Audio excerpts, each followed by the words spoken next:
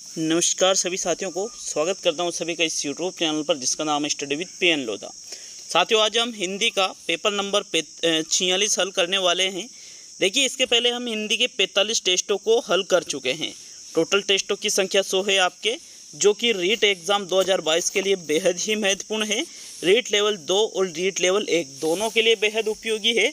साथ ही जो third grade का मुख्य पेपर होगा उसके लिए भी ये टेस्ट सीरीज काफ़ी ज़्यादा उपयोगी साबित होगी साथियों।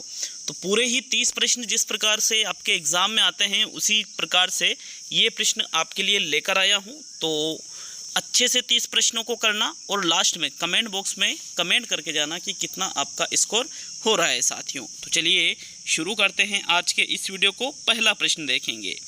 आपके पहला प्रश्न है, निम्न में से संक्षेपण का विलोम शब्द होगा? विस्तारीकरण, स्फीति, विस्तीर्ण और विस्तारण। तो देखो संक्षेपण शब्द है, इसका आपको विलोम बताना है साथियों। संक्षेपण शब्द का जो विलोम होता है वो विस्तारीकरण, स्फीति, विस्तीर्ण या ये 3 चीज़ें नहीं होती है, बल्कि होता है विस्तारण। संक्षेपण का विलोम शब्द क्या होता है? विस्तारण होता है। तो विकल्प नंबर आपके 4 सही है प्रश्न नंबर 1 में। नेक्स्ट आगे बढ़ेंगे प्रश्न संख्या 2 की ओर। चलिए दूसरा प्रश्न देखते हैं। आपके प्रश्न नंबर 2 है, निम्न में से कौन सा युग्म पानी का पर्याय नहीं है? तोय और उदक, जीवन और सलील, अम्ब और अब्र और अम्बु और आब। तो 4 विकल्प है। 3 विकल्प के जो 2 शब्द है वो पानी के पर्यायवाची है, लेकिन एक विकल्प में जो शब्द दिए हुए हैं वो दोनों ही पानी के पर्यायवाची नहीं हैं।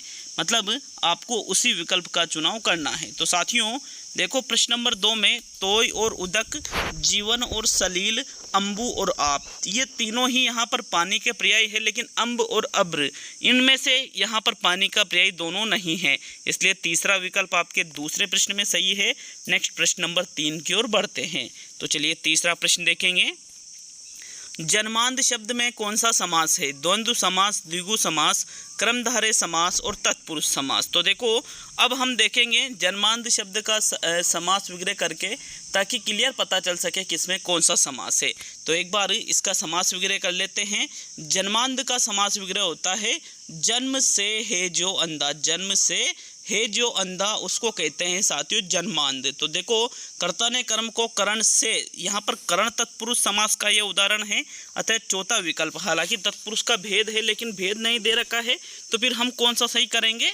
तत्पुरुष सही करेंगे। तो फोर्थ विकल्प आपके तीसरे प्रश्न का सही उत्तर रहेगा। नेक्स्ट प्रश्न नंबर 4 पे आते हैं। चौथा प्रश्न है, कार प्रत्यय से निर्मित शब्द नहीं है? बेकार, कलाकार, कुंभकार और तक्षकार। तो देखो यहाँ पर चारों ही शब्द में आपको कार कार कार कार, चारों ही में पीछे ही कार शब्द दिखेगा, बट आपको ये देखना है कि कौन सा ऐसा शब्द है जिसमें कार प्रत्यय नहीं लगा हुआ है। तो साथियों तक्षकार शब्द का निर्माण तक्ष प्लस कार से हुआ है। तक्ष प्लस कार से शब्द क्या बनता है? तक्षकार। कुंभ प्लस कार से शब्द क्या बनता है? कुंभकार। कला प्लस कार से शब्द बनता है कलाकार। तीनों में ही कार प्रत्यय लगा हुआ है, लेकिन बेकार शब्द में बे प्लस कार से शब्द बना है बेकार। अब देखो कार इसमें मूल शब्द है और बे इसमें क्या है? उपसर्ग है। मतलब इसमें कार प्रत्यय नहीं है, बल्कि कार शब्द क्या है? मूल है, और बे क्या है? प्रत्यय है। अतः यहाँ पर बेकार शब्द में कार प्रत्यय नहीं है, तो पहला विकल्प आपके प्रश्न नंबर 4 का सही उत्तर होगा। नेक्स्ट आगे बढ़ेंगे प्रश्न नंबर 5 की ओर। तो 5वां प्रश्न, निम्न में से किस शब्द में अप उपसर्ग का प्रयोग हुआ है? अपर्याप्त, अपराध, अपदस्थ और अपरोक्ष। तो देखो यहाँ पर अप उपसर्ग का प्रयोग जिस विकल्प में हो रहा है उस विकल्प का आपको चयन करना है। अब आपको चारों में ही अप आगे मिल जाएगा, लेकिन शब्दों को तोड़ना आना चाहिए। अगर आप शब्दों को तोड़ना सीख गए तो उपसर्ग प्रत्यय चुटकियों में हल हो जाते हैं साथियों। जैसे अपदस्थ शब्द का निर्माण अ प्लस पदस्थ से हुआ है, ठीक है। यहाँ पर अ उपसर्ग है न कि अप, तो ये आपका आंसर नहीं है। अपराध, अपर्याप्त और अपरोक्ष, पर्याप्त शब्द का निर्माण भी अ प्लस पर्याप्त से मिलकर हुआ है, तो यहाँ पर भी अप उपसर्ग नहीं है, अ उपसर्ग है। तो तीसरा और पहला तो गलत हो गया। अब आपके सामने दूसरा और चौथा विकल्प है। तो साथियों 5वें प्रश्न में जो सही आंसर है वो रहेगा विकल्प नंबर 2। अप प्लस राध से अपराध शब्द बना है। अपरोक्ष शब्द अ प्लस परोक्ष से मिलकर बना है साथियों, इसमें भी अ उपसर्ग ही है चौथे विकल्प में भी। तो ओनली सेकंड विकल्प आपके प्रश्न नंबर 5 का सही उत्तर होगा। नेक्स्ट आगे बढ़ेंगे प्रश्न संख्या 6 की ओर। चलिए छठा प्रश्न देखेंगे। आपके प्रश्न नंबर 6 क्या पूछ रहा है? उज्ज्वल शब्द में कौन सी संधि है? स्वर संधि है, व्यंजन संधि है, विसर्ग संधि है और इनमें से कोई भी नहीं। तो कोई नहीं को हम हटा देते हैं। अब आपके सामने 3 विकल्प बच रहे, इसका संधि विच्छेद करते हैं तो उज्ज्वल शब्द का निर्माण हुआ है साथियों उत प्लस ज्वल से। उत प्लस ज्वल से शब्द बनता है उज्ज्वल। तय किस में बदल जाएगा? जय में बदल जाएगा। हालांकि कई जगह आपको उद प्लस ज्वल भी इसका मिल सकता है। तो देखो यहाँ पर उत तय क्या है? यहाँ व्यंजन है, तो व्यंजन का स्वर या व्यंजन से मेल होता है, वहाँ पर व्यंजन संधि होती है। इसलिए सेकंड विकल्प आपके प्रश्न नंबर 6 का सही उत्तर होगा साथियों। नेक्स्ट प्रश्न नंबर 7 पे आते हैं। तो आपके 7वां प्रश्न है, वत्स का तद्भव रूप होगा बच्चा, वत्स, वत्सल और वात्सल्य। तो देखो वत्स एक तत्सम शब्द है, वत्स एक तत्सम शब्द है, इसका आपको तद्भव रूप बताना है। तो वत्स तत्सम है और इसका तद्भव रूप होता है बच्चा। क्या होता है साथियों? बच्चा। विकल्प 1 आपके प्रश्न नंबर 7 का सही उत्तर है। आपको बता दूं, आप लोगों के माइंड में आ रहा होगा कि सर तत्सम तद्भव तो रीट पात्रता परीक्षा में है नहीं, बट यहाँ पर 3rd ग्रेड का जो मेन पेपर होगा उसमें तत्सम तद्भव आपके टॉपिक 100% रहेगा। इसलिए मैं अभी से उस पेपर की भी इसी के साथ आपकी तैयारी करवा रहा हूँ साथियों, क्योंकि ये चीज़ें सेम टू सेम वहाँ पर भी आने वाली है, इसलिए ये चीज़ें पढ़ना जरूरी है। तो विकल्प 1 7वें में सही है। नेक्स्ट 8वें प्रश्न की ओर बढ़ते हैं। ऐसा कार्य करो जिससे सबका भला हो वाक्य में प्रयुक्त अव्यय है। ऐसा करो जिससे हो। 4 शब्द है, ऐसा करो जिससे हो। इनमें से आपको अव्यय शब्द का चुनाव करना है। तो 8वें प्रश्न में कौन सा शब्द अव्यय है साथियों? तो देखो अगर हम बात करें यहाँ पर प्रयुक्त अव्यय, तो ऐसा, करो और हो, ये तीनों ही शब्द अव्यय के अंतर्गत नहीं आते, लेकिन जिससे शब्द जो है ये अव्यय के अंतर्गत आ जाता है साथियों। तो 3rd विकल्प आपके 8वें प्रश्न का सही उत्तर है। नेक्स्ट प्रश्न संख्या 9 की ओर बढ़ेंगे। 9वां प्रश्न है, निम्न में से विशेषण शब्द का चुनाव कीजिए। भलाई, मिठास, थोड़ा और लालच। तो देखो विशेषण शब्द जो विशेषता प्रकट करते हैं उन शब्दों को विशेषण शब्द कहा जाता है। यहाँ पर जो भलाई शब्द है, मिठास शब्द है और लालच शब्द है, तीनों ही भाववाचक संज्ञा के उदाहरण है। किसके उदाहरण है? तीनों ही भाववाचक संज्ञा के उदाहरण है। लेकिन थोड़ा जो शब्द है ये परिमाणवाचक विशेषण है साथियों। किसका उदाहरण है? ये परिमाणवाचक विशेषण का ये उदाहरण है। तो अर्थात थोड़ा शब्द यहाँ क्या है? विशेषण है। तो 3rd विकल्प आपके प्रश्न संख्या 9 का सही उत्तर होगा। नेक्स्ट चलिए आगे बढ़ेंगे प्रश्न संख्या 10 की ओर। तो 10वां प्रश्न देखेंगे आपके प्रश्न संख्या 10। समुद्र में लगने वाली आग कहलाती है दावा नल, बड़वा नल, जलप्रपात और जठरा नल। देखो यहाँ पर जठरा नल का मतलब होता है पेट में जो पेट में आग जो लगती है, जिसे भूख लगना जो होता है साथियों, वो कहलाता है जठरा नल। यहाँ पर दावा नल का मतलब होता है जंगल में लगने वाली आग और बड़वा नल का मतलब होता है समुद्र में लगने वाली आग। अर्थात यहाँ पर जो दूसरा विकल्प है समुद्र में लगने वाली आग को ही बड़वा नल कहा जाता है। तो 10वें प्रश्न में आपके सेकंड विकल्प सही रहेगा। नेक्स्ट प्रश्न संख्या 11 की ओर बढ़ते हैं। तो चलिए नेक्स्ट 11वें प्रश्न की ओर बढ़ेंगे। आपके प्रश्न नंबर 11 क्या है साथियों, देखते हैं प्रश्न संख्या 11 को। तो 11वां प्रश्न है, प्रत्येक धर्म सिखाता है कि आपस में भाईचारे से रहो। यह वाक्य है मिश्र वाक्य है, संयुक्त वाक्य है, सरल वाक्य है या इनमें से कोई भी नहीं। तो कोई नहीं का विकल्प तो यहाँ गलत है साथियों। देखो रचना के आधार पर वाक्य के 3 प्रकार होते हैं। कौन कौन से वाक्य होते हैं? एक तो सरल वाक्य होता है, एक संयुक्त वाक्य होता है और एक मिश्र वाक्य होता है।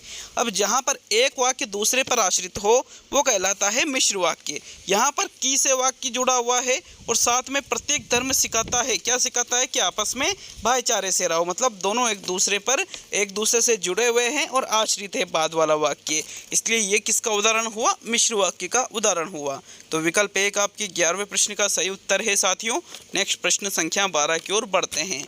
चलिए 12वां प्रश्न देखेंगे। आपके प्रश्न नंबर 12, राम आया, भाई से मिला और तुरंत लौट गया। यह वाक्य है तो सरल वाक्य है, संयुक्त वाक्य है, सरल वाक्य है, मिश्र वाक्य है, संयुक्त वाक्य है और मिश्र एवं संयुक्त वाक्य है। 12वें प्रश्न का राइट आंसर बताइए साथियों, कौन सा विकल्प आपका सही है। तो देखो वाक्य है राम आया, भाई से मिला और तुरंत लौट गया। तो यहाँ पर देखिएगा आप सरल वाक्य तो है नहीं, अलग अलग वाक्य है। जहाँ अलग अलग वाक्य होते हैं, 2-2 वाक्य जुड़ रहे हैं और जुड़े हुए होते हैं, वो सरल वाक्य नहीं होता है। अब वाक्य किससे जुड़ रहा है? और से, और शब्द से जो वाक्य जुड़ा है और यहाँ पर क्रिया अलग अलग है साथियों, कर्ता अलग अलग है, तो वो फिर कहाँ चला जाता है, संयुक्त वाक्य में चला जाता है। तो ये जो उदाहरण है, राम आया, भाई से मिला और तुरंत लौट गया, तो और शब्द से अलग अलग वाक्य हो रहे हैं ये, इसलिए ये संयुक्त वाक्य का उदाहरण रहेगा, न कि मिश्र का। तो थर्ड विकल्प आपके प्रश्न नंबर 12 का सही उत्तर होगा। नेक्स्ट प्रश्न नंबर 13 की ओर बढ़ेंगे। तो 13वां प्रश्न साथियों, अंगूठा दिखाना मुहावरे का अर्थ है मना कर देना, मजाक उड़ाना, अंगूठा दिखाकर परेशान करना या अपनी ओर बोलना। देखो आपने इस मुहावरे को कई बार सुना होगा, नॉर्मली भी पढ़ भी रखा होगा। तो इस मुहावरे का जो सही अर्थ होता है अंगूठा दिखाना, यहाँ पर अंगूठा दिखाकर परेशान करना गलत है, अपनी ओर बोलना भी गलत है। पहला या दूसरा कौन सा विकल्प सही रहेगा प्रश्न नंबर 13 में? तो साथियों अंगूठा दिखाना मुहावरे का अर्थ है मना कर देना, कि ठेंगा कि ये ठेंगा, ऐसा सुना होगा ना आपने। तो अंगूठा दिखाना मतलब कुछ नहीं है, मना कर देना। विकल्प 1 आपके प्रश्न नंबर 13 का सही उत्तर होगा साथियों। नेक्स्ट आगे बढ़ेंगे प्रश्न संख्या 14 की ओर। तो आपके 14वां प्रश्न साथियों, 14वां प्रश्न है, गाल बजाना मुहावरे का सही अर्थ है डींग हाँकना, शिव की आराधना करना, खुशियाँ बांटना और बहुत गरीब होना। तो देखो ये जो गाल बजाना मुहावरा है इसका आपको अर्थ बताना है। बताइए प्रश्न नंबर 14 में कौन सा विकल्प आपके सही है? तो साथियों गाल बजाना मतलब शिव की आराधना करना तो नहीं होता है, ना ही खुशियाँ बांटना, ना ही बहुत गरीब होना, बल्कि गाल बजाना जो मुहावरा है इसका सही अर्थ होता है डींग हाँकना साथियों, ठीक है, बड़ी बड़ी फेंकना। विकल्प 1 आपके प्रश्न नंबर 14 का सही उत्तर रहेगा। नेक्स्ट प्रश्न संख्या 15 को देखेंगे। चलिए 15वें प्रश्न को देख लेते हैं। आपको बता दूं कि आपके हिंदी के अलावा, हिंदी का ये पेपर नंबर 46 है, इसके अलावा आपको साइकोलॉजी और टीचिंग मेथड के भी 100 टेस्ट मिल रहे हैं साथियों, दोनों के 100 टेस्ट। राजस्थान जीके की 100 क्लास है और 100 ही वस्तुनिष्ठ प्रश्नों के टेस्ट मिल रहे हैं। तो इस प्रकार इतनी सारी क्लासें इस यूट्यूब चैनल पर मेरे द्वारा निःशुल्क ही करवाई जा रही है, इसका लाभ अवश्य ले साथियों। सारी चीज़ें एग्ज़ाम का जो पैटर्न है उसी के अनुसार दी जा रही है आपको। तो चलिए नेक्स्ट प्रश्न नंबर 15 पे आते हैं। 15वां प्रश्न है, प्रश्न की वस्तुनिष्ठता से आशय यह है कि प्रश्न का उत्तर 1 या 2 शब्दों में होना चाहिए, प्रश्न का उत्तर बहुविकल्पी होना चाहिए, प्रश्न का उत्तर सदैव एक ही होना चाहिए और प्रश्न का स्तर विद्यार्थियों के स्तर के अनुकूल होना चाहिए। तो आपने मूल्यांकन का एक गुण पढ़ रखा होगा जिसका नाम है वस्तुनिष्ठता। वस्तुनिष्ठता का सही अर्थ क्या होता है? जिसके एक से अधिक उत्तर नहीं हो वो गुण कहलाता है वस्तुनिष्ठता का गुण। अर्थात विकल्प 3 सही है, प्रश्न का उत्तर सदैव एक ही हो, ऐसे प्रश्न को ही वस्तुनिष्ठ प्रश्न कहा जाता है, वस्तुनिष्ठता का गुण कहा जाता है। विकल्प 3 आपके प्रश्न नंबर 15 का सही उत्तर रहेगा। नेक्स्ट प्रश्न संख्या 16 की ओर बढ़ते हैं। तो चलिए 16वां प्रश्न देखेंगे। आपके प्रश्न संख्या 16, जब किसी वाक्य में लिंग वचन आदि कर्ता के रूप से प्रभावित होते हैं तो उस वाक्य को कहा जाता है कर्तृवाच्य, भाववाच्य, कर्मवाच्य और इनमें से सभी। तो साथियों यहाँ पर जो कर्तृवाच्य, भाववाच्य, कर्मवाच्य ये जो प्रकार होते हैं, यहाँ पर कर्तृवाच्य में क्या होता है, लिंग वचन आदि किससे प्रभावित होते हैं? कर्ता से प्रभावित होते हैं तो उसको कर्तृवाच्य कहते हैं, कर्म से प्रभावित होते हैं तो उसे को कर्मवाच्य कहा जाता है साथियों। नकारात्मकता का बोध भाववाच्य में होता है। तो इस प्रकार आपके 16वें प्रश्न में कौन सा विकल्प सही है? पहला विकल्प कर्तृवाच्य इसको कहा जाएगा। नेक्स्ट प्रश्न नंबर 17 की ओर बढ़ते हैं। तो आपके 17वां प्रश्न देखेंगे। शिक्षा के बदलते परिवेश में निम्न में से किस प्रकार के मूल्यांकन का महत्व अधिक है? सतत मूल्यांकन, आकस्मिक मूल्यांकन, उत्पाद मूल्यांकन और व्यवहार मूल्यांकन। तो जो शिक्षा का बदलता परिवेश है इसमें साथियों जो सबसे ज़्यादा मूल्यांकन पर बल दिया जा रहा है उस मूल्यांकन के बारे में आपको बताना है। उस मूल्यांकन को किस नाम से जाना जाता है? सतत मूल्यांकन के नाम से उसको जाना जाता है। सतत का मतलब लगातार चलने वाला मूल्यांकन, शिक्षण के साथ भी शिक्षण के बाद भी, ठीक है, मतलब जो शिक्षण के साथ साथ चलता रहे, शिक्षण के बाद भी चलता रहे, लगातार चलने वाला जो मूल्यांकन है उस पर सर्वाधिक बल दिया जा रहा है। तो यहाँ पर आपका सतत मूल्यांकन विकल्प 1 17वें प्रश्न का सही उत्तर है। नेक्स्ट प्रश्न नंबर 18 को देखते हैं। तो आपके 18वां प्रश्न है, इनमें से कौन सी प्रक्षेपी सामग्री नहीं है जादुई लालटेन, OHP, चलचित्र और छायाचित्र। साथियों, प्रक्षेपी और अप्रक्षेपी सामग्री के बारे में सुन रखा होगा सभी ने। जादुई लालटेन, जिसको मैजिक लैंटर्न इंग्लिश में कहा जाता है, ये प्रक्षेपी सामग्री है। OHP, ओवरहेड प्रोजेक्टर, जिसको हिंदी में कहा जाता है सिरो प्रक्षेपी यंत्र, ये भी प्रक्षेपी सामग्री है। चलचित्र, ये भी प्रक्षेपी सामग्री है। लेकिन छायाचित्र, छायाचित्र का मतलब फोटो से लिया जाता है साथियों, जो हमारे पास फोटो होता है ना, उसको कहते हैं छायाचित्र। तो छायाचित्र को प्रक्षेपी सामग्री में नहीं बल्कि अप्रक्षेपी सामग्री के अंतर्गत रखा जाता है। विकल्प नंबर आपका 4 सही रहेगा। प्रश्न संख्या 18 में कौन सा चौथा विकल्प सही है साथियों। नेक्स्ट 19वें प्रश्न को देखेंगे तो आपके प्रश्न नंबर 19, कोई भी प्रश्न कितनी शुद्धता व सार्थकता से विद्यार्थी का मूल्यांकन करता है, मूल्यांकन का यह गुण कहलाता है। वस्तुनिष्ठता, विश्वसनीयता, वैधता और व्यापकता।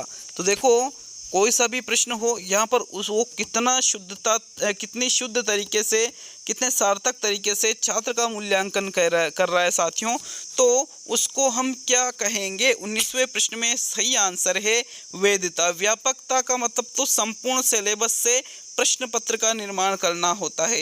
विश्वसनीयता का मतलब किससे लिया जाएगा कि कोई भी यहाँ पर जो उत्तर तालिका है उसको चेक करे, परिणाम सदैव समान आएगा। वस्तुनिष्ठता का मतलब जिसमें एक से अधिक उत्तर नहीं हो किसी प्रश्न के।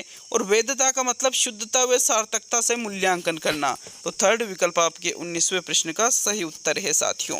नेक्स्ट 20वें क्वेश्चन की ओर बढ़ेंगे तो आपके प्रश्न संख्या 20, भाषा शिक्षण में मूल्यांकन का महत्व कब और अधिक हो जाता है। जब बालक अधिगम में कठिनाई महसूस कर रहे हो, जब बालक उच्च स्तरीय अधिगम कर रहे हो, जब बालकों की भाषा अध्ययन रुचि सामान्य हो और इनमें से कोई नहीं। तो वापस कोई नहीं को हम यहाँ से हटा देते हैं साथियों। भाषा शिक्षण में मूल्यांकन का महत्व कब अधिक होगा साथियों, दिए गए विकल्पों में से बताना है आपको। तो देखो, मूल्यांकन का महत्व तब अधिक हो जाता है जब बालक अधिगम में कठिनाई महसूस कर रहा हो साथियों, सीखने में उसको दिक्कत आ रही है, तब हम उसका मूल्यांकन करेंगे कि कहाँ परेशानी आ रही है, किस चीज़ को नहीं सीख पाया है, और उसको चिन्हित करके उसको दोबारा से सिखाएंगे साथियों। तब उसका मूल्यांकन का महत्व और ज़्यादा बढ़ जाएगा। तो इस प्रकार विकल्प 1 आपके 20वें प्रश्न में सही है। पूरी सावधानी रखी जाती है साथियों पेपर बनाते समय, पूरी सावधानी। लेकिन फिर भी अगर टाइपिंग मिस्टेक की वजह से कहीं किसी प्रश्न में आपको आंसर गलत दिख जाता है, हालांकि बहुत कम संभावना है कि आपको गलत लगे, क्योंकि यहाँ पर पूर्णतः सावधानी के साथ आपके पेपर बनाए जाते हैं। लेकिन फिर भी कोई कमी नज़र आती है तो कमेंट कर सकते हो। तो चलिए आगे बढ़ेंगे प्रश्न नंबर 21 की ओर। तो देखो, 21वां प्रश्न है आपके, शब्दकोश का प्रयोग करने से बच्चों की निम्न में से कौन सी क्षमता विकसित होती है। विकल्प, उच्चारण क्षमता विकसित होती है, वाचन क्षमता विकसित होती है, उपयोग क्षमता विकसित होती है, या गायन क्षमता विकसित होती है। तो शब्दकोश को गाया तो नहीं जाता, तो फिर गायन क्षमता विकसित नहीं होगी। अब यहाँ पर उच्चारण तो बोल कर, और शब्दकोश में तो ज़्यादातर मौन पठन किया जाता है, तो ये भी आपका आंसर नहीं है। वाचन भी नहीं, बल्कि उपयोग क्षमता, क्योंकि जितने ज़्यादा शब्दों का बालक उपयोग करेगा साथ उतनी ही ज़्यादा उसकी जो भाषा है वो प्रभावशाली बनेगी।